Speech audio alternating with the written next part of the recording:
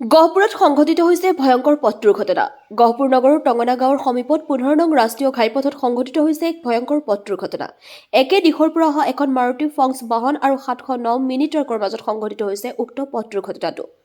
অৰুণাচলৰ দিশৰ পৰা অহা মাৰুতি গাড়ীখনত আছিল দুগৰাকী যাত্ৰী ক্ৰমে গকুল বিশ্বকৰ্মা আৰু সুমিত্ৰা বিশ্বকৰ্মা। আঘাতপ্ৰাপ্ত হোৱা সুমিত্ৰা বিশ্বকৰ্মাক ইতিমধ্যে গহপুৰ কনকলতা অসামৰিক চিকিৎসালয়লৈ প্ৰেৰণ কৰিছে। 709 মিনি ট্ৰাকখনৰ ড্ৰাইভাৰে ইতিমধ্যে ঘটনাস্থলীৰ পৰা পলায়ন কৰিছে। গহপুৰৰ পৰা Arup Bhuyan report AIN live. ৰাজগড়ৰ ঘৰ হয়, ৰাজগড়ত থাকোঁ। ৰাজগড়ৰ পৰা তেজপুৰ অভিমুখে গৈ আছিলোঁ। তো মই নিজৰ ছাইডতে আছিলোঁ প্ৰায় 60-70 স্পীডত, আৰু বিপৰীত একে দিশৰ পৰাই লখিমপুৰ দিশৰ পৰাই আমাৰ এই বৰিগাঁও চাৰিআলিত সি আহি পিছফালৰ পৰা মোৰ গাড়ীখনত খুন্দা মাৰে। মাইকী মানুহ অলপ আগত পৰাত হৈছে, তাই গহপুৰ অসামৰিক চিকিৎসালয়লৈ লৈ গৈছে, আৰু মোৰতো হাতত অলপ দুখ পালোঁ। মোৰ নাম গকুল বিশ্বকৰ্মা, মিছেছৰ নাম সুমিত্ৰা বিশ্বকৰ্মা। অৱস্থা এতিয়া মাইকী মানুহ মেডিকেললৈ লৈ গৈছে, মোৰতো ইমান তেনেকৈ একো হোৱা নাই।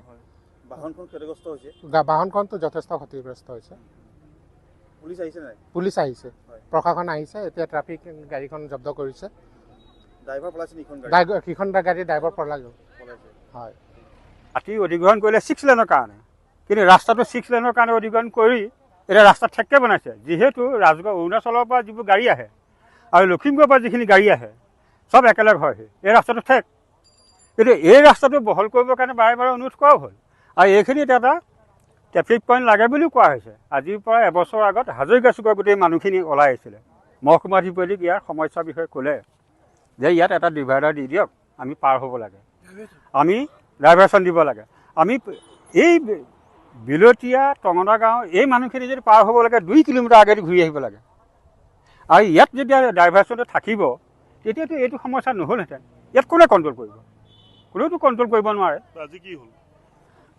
আজি তেওঁলোক দুয়োটা একে দিশেই আহিছিলে। এখন আহিছিলে অৰুণাচলৰ ৰাস্তাৰ পৰা, ইখন আহিছিলে লখিমপুৰৰ পৰা, কিন্তু তেওঁলোকে ইমানেই স্পীড আহিছে, দুইখনেই স্পীড আহিছে।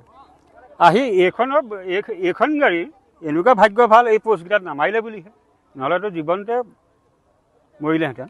এতিয়া এই গাড়ীখন স্পীডত আহিছে, এতিয়া তেওঁলোক বিলতীয়া গাঁও হৈ পলাই গৈছে তেওঁলোক ট্ৰাকখনৰ। গতিকে এইখিনিত ইতিমধ্যে আমি বাৰম্বাৰ অনুৰোধ কৰা স্বত্তেও প্ৰশাসনে কোনো গুৰুত্ব দিয়া নাই।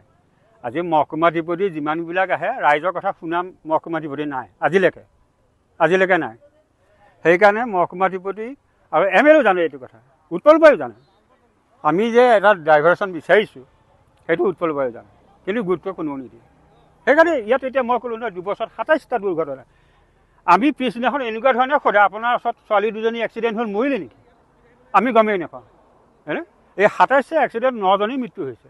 অলপ দিনৰ আগত এইটো মইনা বুলি এজন গেৰেজৰ পৰা ওলাই আহি মৃত্যু হৈছে, পাৰ সন্তান। এইটো বেছি দিনৰ হোৱাই নাই।